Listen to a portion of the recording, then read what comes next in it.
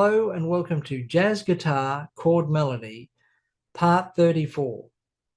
Hi, I'm Mike Hayes, and today we'll be focusing on learning a very important chord voicing, the drop-free chord voicing on guitar.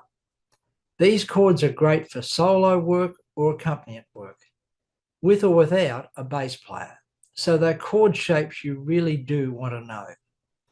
But before we get started, just a quick reminder to subscribe if you haven't already, so you don't miss out on any of the good stuff.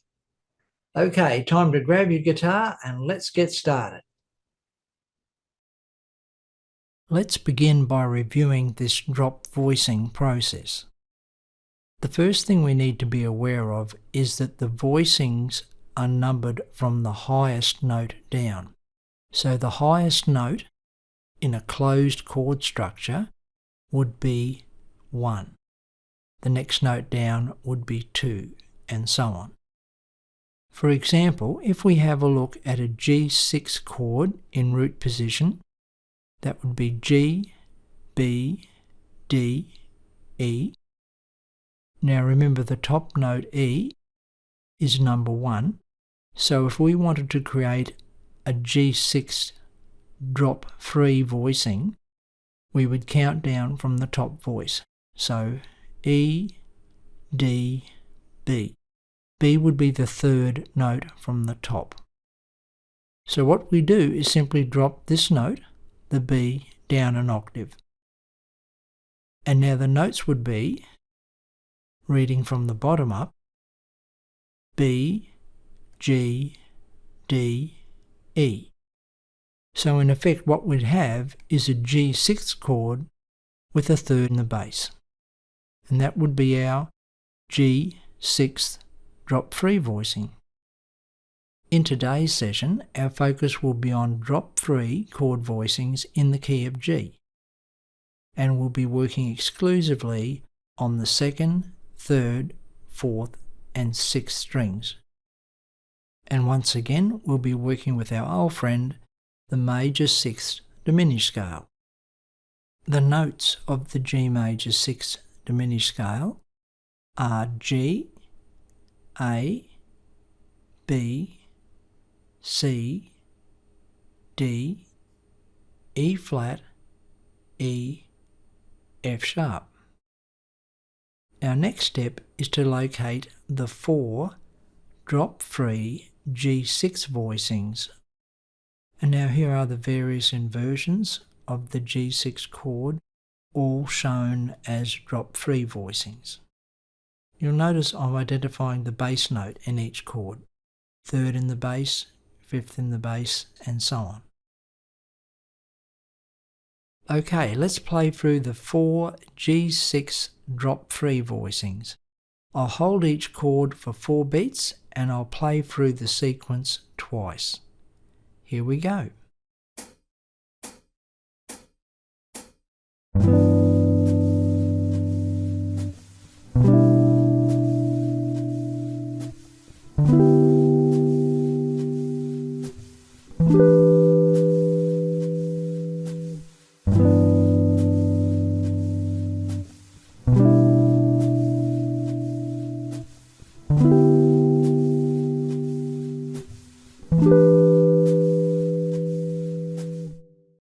Right then, our next step will be to join the 4 different inversions of the G6 chord by connecting them with the F sharp diminished chord.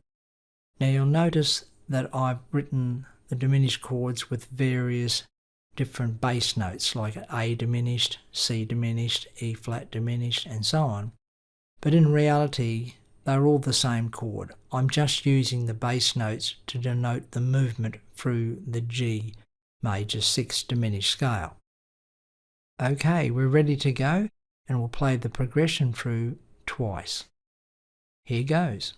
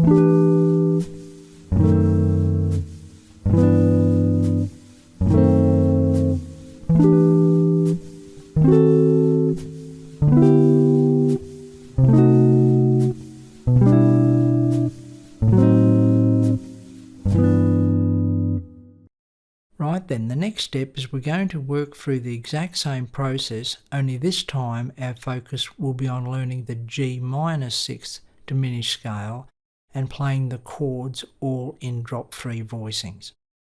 So let's start with the scale. The notes in the G minor sixth diminished scale are G, A, B flat, C, D, E flat, E, F sharp.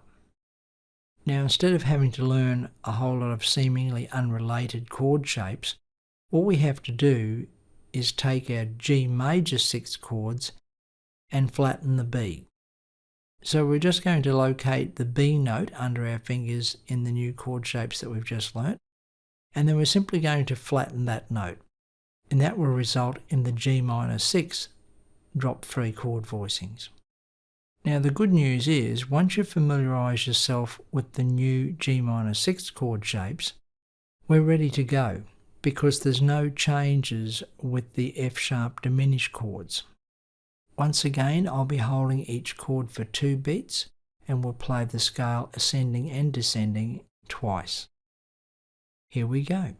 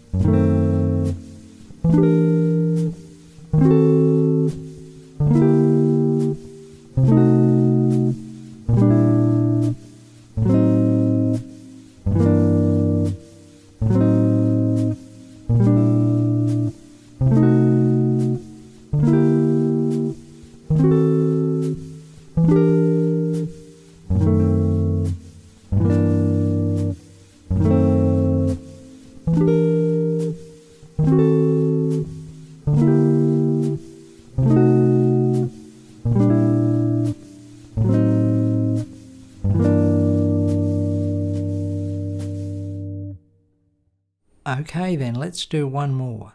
This time our focus will be on the 7th diminished scale. And by the 7th diminished scale, I'm referring to the dominant 7th. So this time we're going to convert what we know already over to the G 7th diminished scale. So step 1 is to identify the notes in the G 7th diminished scale. And the notes are G, A, B, C, D, E flat, F, F sharp. Now once more, if we go back to our G6 chords and change the note E under our fingers in each one of the G6 chords, if we change the E note to an F, we'll now have the G dominant 7th shapes in drop 3. And that's it, we're ready to go, because once again there's no changes to the F sharp diminished chords. When you're ready, practice the scale along with me.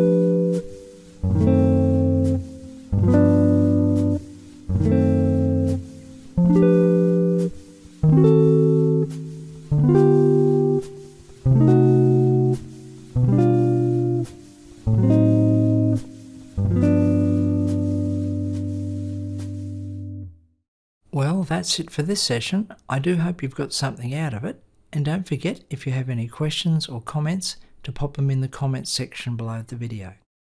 And as always, I look forward to catching up with you again next time. Bye for now.